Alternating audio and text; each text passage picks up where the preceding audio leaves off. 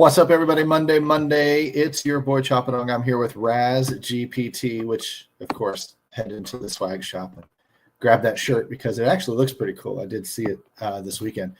MLB DFS Army Lock Show. All the particulars. Like the channel, subscribe to the channel, use MLB Live down below, all that good stuff while you guys are piling in. I really don't have a whole hell of a lot to talk about today. I'm going to be doing a bunch of asking questions of Razzle, though. So while you got him today and tomorrow, and then you got Tattoo Wednesday and Friday, so it seems, and Tattoo's already in the chat room along with a few of the other regulars, so that's pretty cool. How you doing, buddy? What's going on? Doing good. Surviving, recovering. I don't know. I don't even know what day it is at this point, but the day it's like 90 days in a row. The day is summer. That's pretty much it. Summertime. So it's just summer. There's no days of the week right now. Add a lot of alcohol to the heat and humidity over the weekend, and I don't even know what country I'm in right now. Okay. Yeah. So I don't have quite the witty response for the country. So we'll just assume USA. That'll help you. I mean, that's where you left, right? Like you went Friday when you went into Thursday when you went into the weekend, you were in the US, right? So we're just going to assume you were there. You stayed there. As far as I know, I did not leave the country, but I guess anything is possible at this point. If you did that much drinking that you don't remember leaving the country, had you left the country, you probably would have been detained somewhere, so you probably wouldn't be back. That's most likely fair to say. Hopefully everybody else had a good weekend too. We've got a decent sized slate today. I did not check to see how many games it was. I went to the weather report and was looking there, but I did not count up the games really quick. So you guys looks like 9 games for those of you guys in the chat that are about as aware of things as I am. Obviously, we'll talk, applied run totals, leverage stacks, starting pitchers, sneaky pitchers, tournament plays, all that good stuff. I don't know what we're going to do with the last half of the show. So this show will either be really, really quick or you guys are going to be asking a lot of questions. It's going to go one way or the other. And I don't think with Razzle in the liver hangover type of mood is probably going to be too forthcoming with a bunch of questions of his own. So you guys in the comment section are going to be more necessary than usual to probably drive this show. So let's get started with the weather. I see a couple little things, but I don't really see anything of concern. Unless you do. I mean, it's warm everywhere. It's summertime. There's a couple of in-game risks in Cincinnati and in Chicagoland or Kansas City, I guess. But other than that, I don't. I'll even share the tab. I don't see anything of note. Do you? I don't. The only thing I was a little worried about was Kansas City, depending on when it was going to come, just because I do like Noah Cameron in that game. But so a lot of stuff I've seen expects it to fade out around first pitch. If anything, a late start, so that should clean things up. I just didn't want it to hit in the third, fourth inning. Right. You don't want it to shut the starters off. That gives me a little hint. Tells me you're maybe planning on playing some starters from that game, which who are we looking at? Pittsburgh and Kansas City? I don't know. Maybe not. You'll probably get some exposure to them unless there's somebody in there really, really important to you, which we'll find out. So hold that thought because I do want to jump into the domination station, see where we're going with the chalk here, because this usually guides me. And I did have a question for you that I'll get to here in a second. But I mean, Jacob deGrom leading the way in terms of ownership percentages. I'll zoom in for you guys so you guys can see that too. And Yamamoto, that's always a question in LA. It's a depth of game question. Kikuchi third, which is my actual question. I don't see anyone from Kansas City or anything on that radar. So are you targeting somebody from that game or were you just concerned for other reasons? No, I'm playing Noah Cameron. Okay. It's Pittsburgh. I'm going to use pitching against Pittsburgh. I was on Noah Cameron the first handful of starts of his major league career this year. Kind of going to go back to him here. Okay. Sub 10%. I can see it for tournaments and whatnot. So, yeah. Interesting. I didn't look down that far before I started throwing it to you. But yeah, targeting Pittsburgh, of course, is something we would do. Targeting Colorado on the road, targeting the Chicago White Sox at times. So those types of offenses for sure. Is he? Where does he rank in terms of K percentage? Is he? He's got to have high upside if you're on him. I mean, probably doesn't have a huge K rate in general, but I think Pittsburgh's just so weak against left-handed pitching that I am going to be interested. I mean, his K score 447. Vegas K score at 525 is pretty solid. Yeah, that means there's room for improvement. 525 would put him at number 5 on the slate. And number 4 is somebody I'm not playing. Number 2 is somebody I'm not playing either. So of the guys that I'm playing, it puts him at 3. Jump in here. So I'm not playing the guy at 3, I guess. I missed one, but okay. So 1 is DeGrom. Yeah. 2 looks like Sanchez. Yeah. Barely. Gordon's 3. That's who you're not playing. Yeah, I'm not playing Gordon. And I'm looking at not playing Singer, who's I'm looking at V. Cameron. Okay. I'm looking at VK score. That's what you had mentioned that you're looking, which is a potential K score. K score is the actual what he's done to this point with all his matchups. VK score is more matchup dependent for those of you that want access to the tool. Of course, MLB Live's the coupon code to get you guys in here and open it up for yourself and take a peek. Not a lot of strikeout potential on the slate top to bottom, honestly. Yeah, I mean, DeGrom's going to have a huge strikeout number. Kikuchi, potentially. That's a volatile one. But, yeah, I mean, Berrios probably doesn't have a ton of K upside. That's why I'm a little shocked that his K score is even over 500, or the VK score, I guess. Despite the White Sox being bad, like, they're just not a massive K team. Like, I think Berrios' K prop is 4.5, and it's juiced under. Or at least it was this morning when I did the video.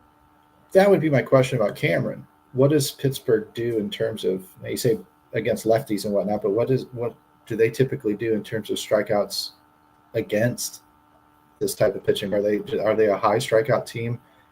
I'm looking at the K score, which is always a blend of the two. I don't look at one or the other, so I don't really know if Pittsburgh's a high or low strikeout team this year. Overall, they are. Zach could look at MLB.com and pull it in up. The bottom. I never look. Bottom 7 in overall strikeouts. Huh. Bottom 7 in overall. They're bottom 5 in road strikeouts as well. I don't know what the strikeout rate against left-handed pitching is off the top of my head, but Pittsburgh has a team ISO of 115 against left-handed pitchers this season. Right. So, it's just such a weak matchup that I think, plus the ballpark helps a ton. Is this a price thing with Cameron too, being as well? So, yeah, being 8,100 on DK and 7,900 on FanDuel. Is it a price consideration? Not for me, just because I don't really rely on. I don't really rely on price making my decisions. I just go for the matchup itself. Like, I think it's just a better spot for him than it is Darvish coming off of the IL, making his first start of the year on a pitch count. Zach Gallen against San Diego, who doesn't strike out at all. Like, they're right there pricing. Singer has a decent Gallen's case got score, some warts too. I just don't like Singer in that ballpark. So, yeah, I mean, there's better names around Cameron, but I just think Cameron's in a better spot, so I'm going to play him over, those 3 other names I mentioned. Right, and that's where I was going to go, is because I was looking K score and such, and I don't like the fact that the K score of Kikuchi drops to the VK score, because that shows that the matchup's not probably as strong as his numbers might indicate. His actual numbers, kind of like a Sierra or a XFIP, something like that. But looking at just the raw K score numbers, DeGrom and Kikuchi are so far ahead of the field. And I look over at Kikuchi and it's 7,200 on DK. I'm like, my God, that's 10-3 for DeGrom and 7,200. I'm at 17.5 for my two pitchers. I've got the two potentially nut pitchers. I know Kikuchi's more volatile, but I mean, almost why wouldn't I just run those two and be done with it? So I guess that would be my question to you because I'm trying to understand what you look deeper into numbers than I do. I'm trying to understand what appeals to you. Not that I'm trying to, pump my chest or anything, but that was what I saw. I was like, my God, just lock these two up and go. You like Cameron over Kikuchi, I assume? No, I mean, I'll still play Kikuchi over him, but Kikuchi's number 3 for me. Christopher Sanchez is my second favorite. Okay. Pitching in a ballpark that I just will always play pitching in. And outs matter more on DraftKings. Strikeouts matter more on FanDuel. So Sanchez may not have the K upside in the matchup as Kikuchi, but his clean inning percentage would be much greater than Kikuchi and his massive whip and walk issues, etc. So I like Sanchez a ton on DraftKings. You know what's funny is when you look at K score versus VK score, just in those two metrics alone, that might actually support Sanchez over Kikuchi, being that it's a 476 to 548 for Sanchez. It goes up. I mean, it goes up 70 some odd points, whereas Kikuchi comes down, 50 or 60 points. So, I mean, I can see it. I'm not certainly arguing at all. So you've got DeGrom, Sanchez, Kikuchi, Cameron. How many others do you have in your pool? I have 9 total pitchers in my pool. Okay. So smatterings of a few others. Yeah, I mean, I'm still going to play Berrios just because the matchup. I am playing some Tanner Bybee, which is a little volatile just because Houston's been swinging it well, but Christian Walker not in the lineup. Makes it interesting. Yamamoto I'm going to play just because I don't think people are going to get up to him enough. And then Freddie Peralta I mix in too, just because. What percentage would you put on Yamamoto being in the nut lineup tonight? 10%? It's probably less than the amount I'm playing, I can tell you that. Because I'm playing like 25 to 28% of them. Oh, okay. I don't expect him to be in the nut lineup that often. You just know that if he is, nobody else is going to have him either. Right. I want to get there in case he is in the nut lineup. I want to have more shots at him being in it. I'm also playing Richard Fitz. Yeah. Tattoo's favorite, Dick Fitz. Which is gross. I've been debating coming off of it just because, I don't know. Like, I actually, when you get to the stacking tiers, you'll understand why. He's a huge reverse splits guy, though. So that's really interesting in Fenway. People talk about the monster and think it's a terrible home run park for right-handed bats. So Fitz kind of ironically fits into that ballpark as a pitcher. Oh, yeah, I see what you did there. Like Fenway for right-handed bats is 16% below league average. Well, I get it. If you've got no launch angle, you got no chance. Right. You got to hit it high. It's not just that you have to hit it pretty far, but you have to hit it high on the right arc to get the thing up and over that thing. Otherwise, all I'd be doing, I could hit the freaking smash of my life, and I would just bounce it off the wall. Yeah, I mean, they are the 4th best for doubles for right-handed bats, but that's it. And I don't know, like his extreme reverse splits kind of caught me off guard. I didn't expect that. So I don't know, like tough spot. I just don't know that he has upside. So like if we get a few upside performances from pitchers tonight, like you're kind of going to be dead with lineups with Fitz, to be honest. Like, I haven't had any issues hand building stacks with DeGrom and Sanchez or DeGrom and Kikuchi. So, like, you're going to see a ton of those combinations. So unless those pitchers, give up 4 or 5 runs and don't rack up a bunch of strikeouts, like, it's going to be tough for Fitz to be in the nut lineup. And all 3 of them kind of have to. Right. For one of the 3 can do it and, give up some runs and great. The other 2 still performed and will be high enough owned that it's going to hurt. Let's see. Right, and then you have to also, like, Barrios, Cameron, Bibee, Peralta. Yeah, you said Yamamoto. You had some Peralta, yeah. You got all those guys just have to also not go nuts too. Well, if you there's just so many pitchers in the pecking order above Fitz as far as upside, even top 25% performances. Like, I never look for, a career performance from a pitcher, but even if they can finish the night in their top 25% of their career starts, like, usually means you have a 24 to 35 fantasy point night from your pitcher. Could you imagine if Cameron and Fitz were the 2 top pitchers on the slate tonight? Mm-hmm. That'd be kind of funny. I don't know. I don't really know how many pairings I had there of that, but right. If I had to pick one, it'd be Cameron. If you had to pick, with, 26. So that might be the answer to the question I was going to ask you, which is if you had to pick one, your favorite, GPP pitcher, GPP only pitcher, who would it be? Would it be Cameron? Not who you're highest exposed to or whatever, just GPP only, high risk, high reward. Who's the guy? Actually going to be, it'll actually be Tanner Bibee, to be honest. Oh, okay. Interesting.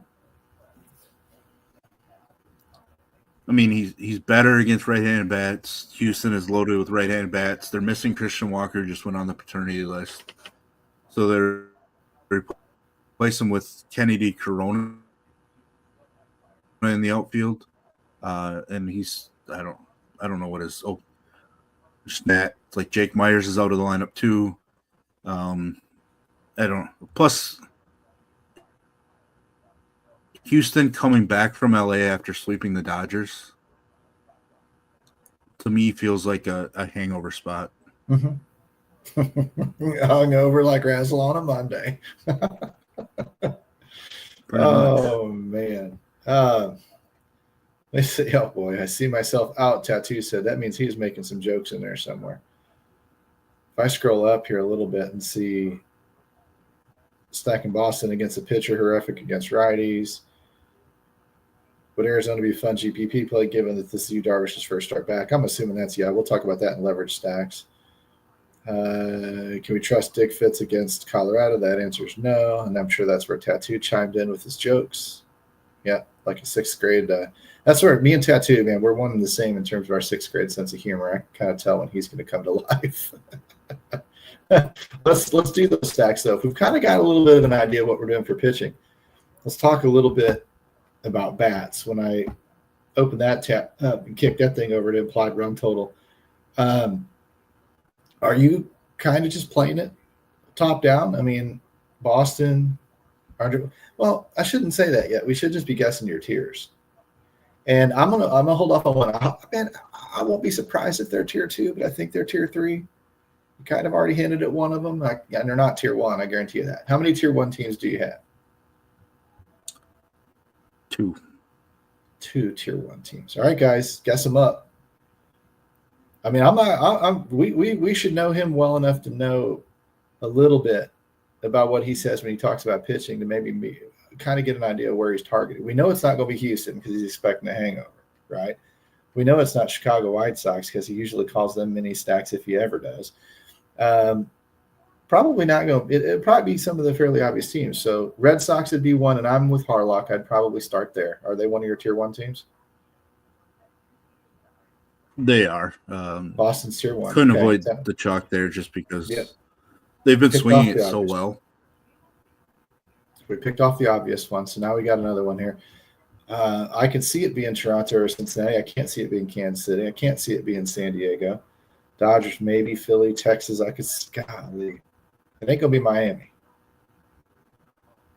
Let's see. You guys fire it out there. I've got it. I think 2 or 3. And I wouldn't be surprised if it was LA Dodgers, but we're going to work our way down to that one. You guys throw that next guess out there. Toronto, Cincinnati, Kansas City, San Diego, Philly, Texas. It's going to be one of those probably. If not, we really, really suck at this game. That's what do we got? 50, 60 people in here watching. Y'all got to have some guesses in you, right? Does Dick fits a Kikuchi? Jesus, tattoo. The Reds. All right. Harlock wants to go with the Reds. I'll go with the Reds. Yes or no? The Reds are not in Tier 1. Okay. Tier 2? They are Tier 2. Tier 2. How many Tier 2 teams do you have, by the way? Just 2. Just 2. Okay. Started the day with 3 of them, and it is now 2. Okay, and I think I've got the Tier 3 team that you don't want. You really kind of would rather just not list at all tonight. You kind of already hinted at one that I think that I hope I picked up on. So we've got the Reds in Tier 2, Red Sox in Tier 1, and we're looking for that other Tier 1 team. And I'm going to just eliminate Kansas City right now. It's not Kansas City. Let's see who. I'll eliminate San Diego. Say it's not San Diego. It is not San Diego. There we go. So you're down to Toronto, Cincinnati. Oh, you said Cincinnati. So you're down to Toronto, or all the way down to LA, Philly, Texas, somewhere in that range. So I've got it down to 4 choices for you guys. Yeah. I mean, I won't be surprised if it's the Dodgers. They generally generate a ton of leverage. Not the most on the slate tonight, though. They're only 3rd most on the slate. Way down at number 2 is one of my favorite teams to stack right now. Would not see them being Tier 1, but I could see them being Tier. Yeah, let's go Toronto. I'm with you. That's. I would have picked that with my head. My heart wants it to be somebody else. So let's say Toronto is your other Tier 1 team.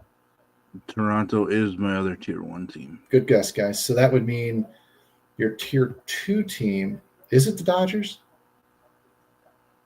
It is not. Oh, okay. You guys are still alive. I didn't kill the game on us. So we got one more Tier 2 team to I'm going to say that the Tier 3 team, actually, I'm going to see if anybody else can get it. So I'm really trying to be the smartest guy in the room right now. All right, guys, you got one more guess. One more guess, and then we're just going to ask you to reveal it. Who do you think? Philly, Texas. It ain't going to be Miami. It sounds like Houston's a hangover team. Ain't going to be them. So Philly, Texas, Arizona. Everybody likes the Angels for tournaments only. Outside chance it's them, but they're probably Tier 3. If mentioned at all. Tempted to go Padres. Rip it, Harlock. Put some conviction behind that pick, brother. I'm going to put the conviction back there behind it for him and say, well, wait, didn't you say no when I said San Diego? I said Padres. I think you said no. You said that for Tier 1, though. You didn't say that for Tier 2. Yeah, they're not Tier 2 either. They're not Tier 2 either. So Philly, Texas, or maybe Arizona. All right, we'll just go down the list. How's Philadelphia? Is that them? It is not Philadelphia. Texas. Bad ballpark. It is not Texas. Well, it could be Miami or Houston. Is it Arizona? It is not Arizona either. Wow. Okay. Wow. Okay. I was thinking if we got below Arizona, we're in a lot of trouble.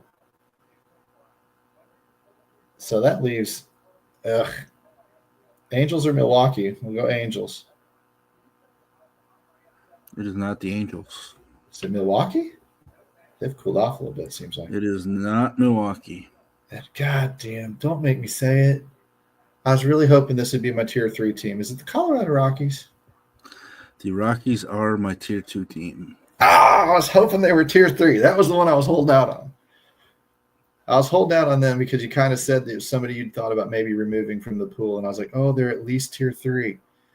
Yeah, Houston started out as tier 2 this morning, and then the more I thought about it, the more I looked into some things. And then Christian Walker being out of the lineup the way that he swung it, dropped them to tier 3. So that's what left me with 2 tier 2 teams. I wanted to be creative and break up all the chalk at the top of my tiers and add a team, and that came down to Colorado. Wow. As the best option in my eyes on this particular slate.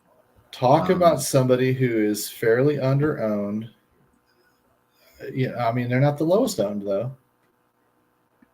So a few other people are projected to see what you're seeing, I guess. Okay. Hey, I'm the last guy to be making those picks. I'm just trying to read your mind. Yeah, I mean, it really was either Miami or Colorado in that spot. Oh, wow. We would never put Miami on the list either. And, I mean, Miami only because of the ballpark they're playing in. Mm-hmm. So I just didn't really want to get there. Wow. So I felt like there's enough question marks in all the other matchups for better teams. You know, Philadelphia in that ballpark. Texas taking on Hunter Kikuchi. The Dodgers taking on Peralta. Yeah.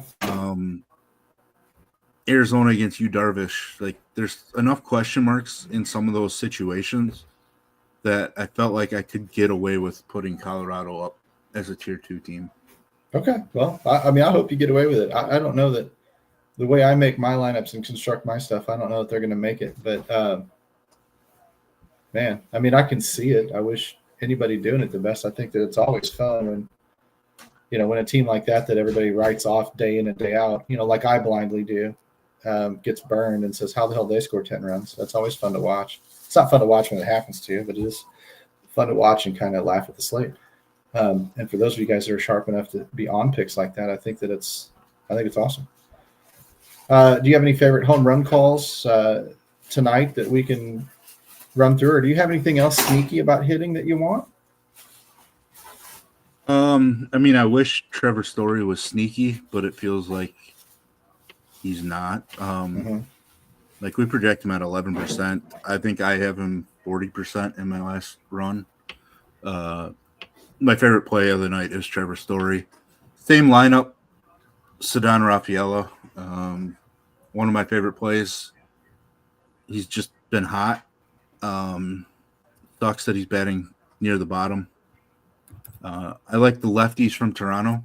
Wind kind of blowing to that corner of the field. So Addison Barger, Joey Loperfido at min price has shown extra base hit and stolen base upside throughout his minor league career. So there's just upside with him. The Rockies guys, Hunter Goodman's the obvious. I think Brent Doyle could surprise. They gave him some time off to clear his head, and they still pinch hit him, and he hit a home run in his first pinch hit after saying they were going to give him a couple days off. So I like that trend. Grossly, I like Mark Canha. Oh, that's okay. Andrew Haney. That's okay. Has hit him pretty well. 7 for 22 with 2 home runs, 3 doubles. Mm-hmm. So there's BVP there, and he's just 2,200. So there's just enough upside in that spot. First base feels kind of gross, so like I'm just kind of taking whatever I get from the DS, or just including them in stacks because I don't like the position all that much. Romy Gonzalez going to be popular though, which is weird because I don't know that anybody should ever want to play Romy Gonzalez all that much, but right here we are. I was just going to say here we are. I actually don't really want to play Shohei much, but it's Shohei, and he's projecting at almost 18%. I posted something in Discord earlier today. The worst ballpark for left-handed home runs this season is Milwaukee. It's amazing. That's not what I would have guessed either. Right. It's really shocking. So now expect Shohei and Freeman to combine for 4 home runs tonight somehow. Of course. And then Mookie or Will Smith will go oppo. Yeah, like I'm just everything will go out to right field tonight. Just kind of relying on the numbers there. I will play Otani, but I will be underweight. I was going to say under or overweight on 18%. Under. Yeah, I'm going to be under for sure. Trying to look at other names on my sheet just to see if anything pops out. Well, while you're looking at that, Bobby Witt's still a great play, but I'm so heavy Trevor Story that it's tough. Sure. I'm looking at Diamondbacks. I see James McCann hits 400 off of Yu Darvish. Corbin Carroll hits 530 off of Darvish. Kellen Marte 290. Randall Grichuk is a short sample 2 for 8, but that's still 250, which is kind of league average these days. Vargas is hitting a short sample 2 for 5, and they've all got bombs. And Marte and Carroll and McCann all have multiple bombs. I mean, that's a 5 stack almost right there, and it's not that unaffordable. Then I look at San Diego, and if San Diego's ever going to get right, Zach Gallen can give up a lot of ISO against. You've got Tatis with history against him. I know I called Hayward foolishly the last time, didn't look his injury status up and whatnot, but Campusano's in there. There's a couple of guys there.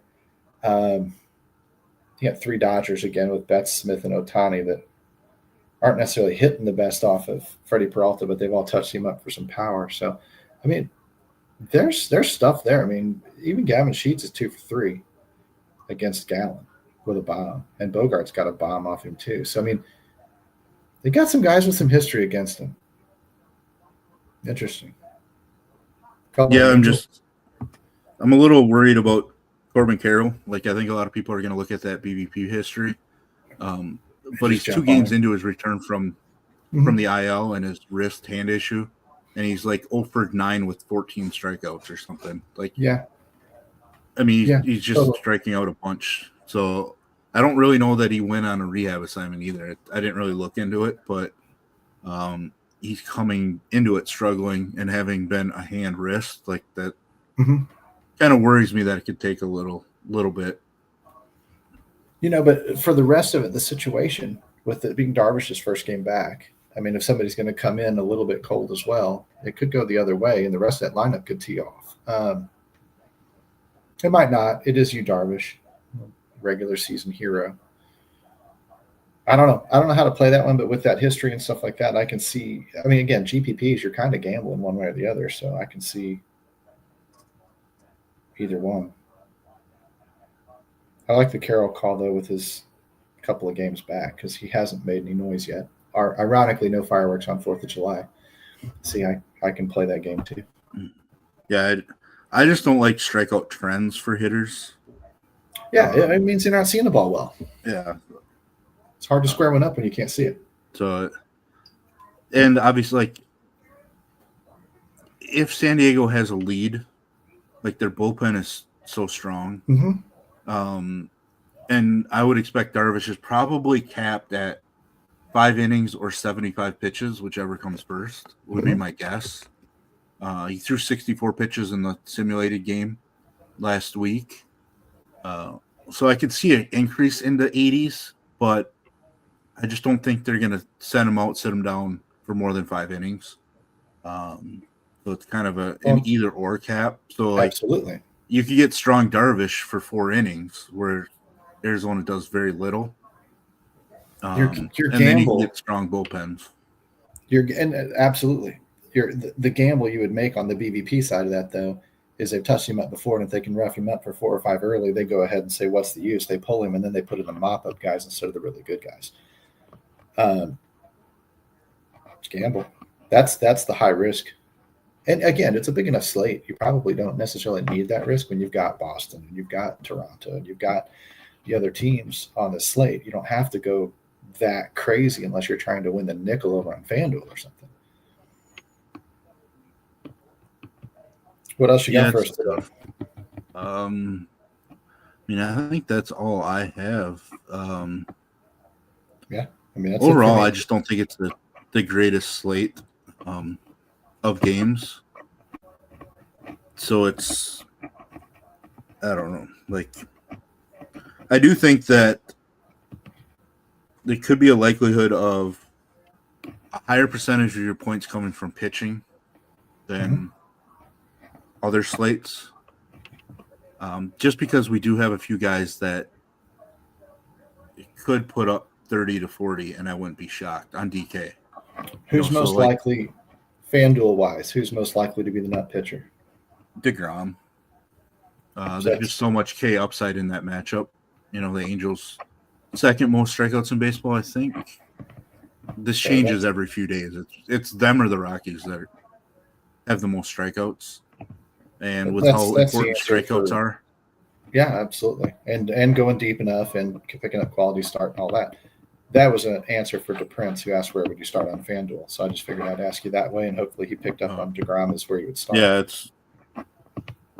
it's definitely DeGrom. I mean, you can gamble with Kikuchi because like his upside is there, and you don't get destroyed on FanDuel if he walks 4 or 5 in this start. But for me, it's just DeGrom is the number one guy. Sanchez is number 2 on DK. I probably put Kikuchi number 2 on FanDuel. Sanchez is just going to benefit from cleaner innings where efficiency matters for DraftKings. And that's where you'd start on both sides. Then you'd start, and your pivot would be to Kikuchi probably on FanDuel, but well, it'd be a pivot on DraftKings as well because you'd be using Sanchez as your second pitcher instead. Makes sense. Well, I'll tell you what, I can be done. Yeah, probably should be done. Lineups. My daughter has a doubleheader tonight. I probably should get out the door, and I have to get the lineups uploaded too. Cool. Let's let you get to it. Everybody else, as always, thanks for tuning in. Be back tomorrow. Razzle's back with us again tomorrow. So we'll have a bigger slate, probably more stuff to talk about, unless it's just absolutely straightforward. But for me, for Razzle, for the whole DFS Army team, that'll do it for tonight. So everybody helmets up and let's go win a bunch of money. Go. All right. Peace out, everybody. Razzle, I'll talk to you tomorrow.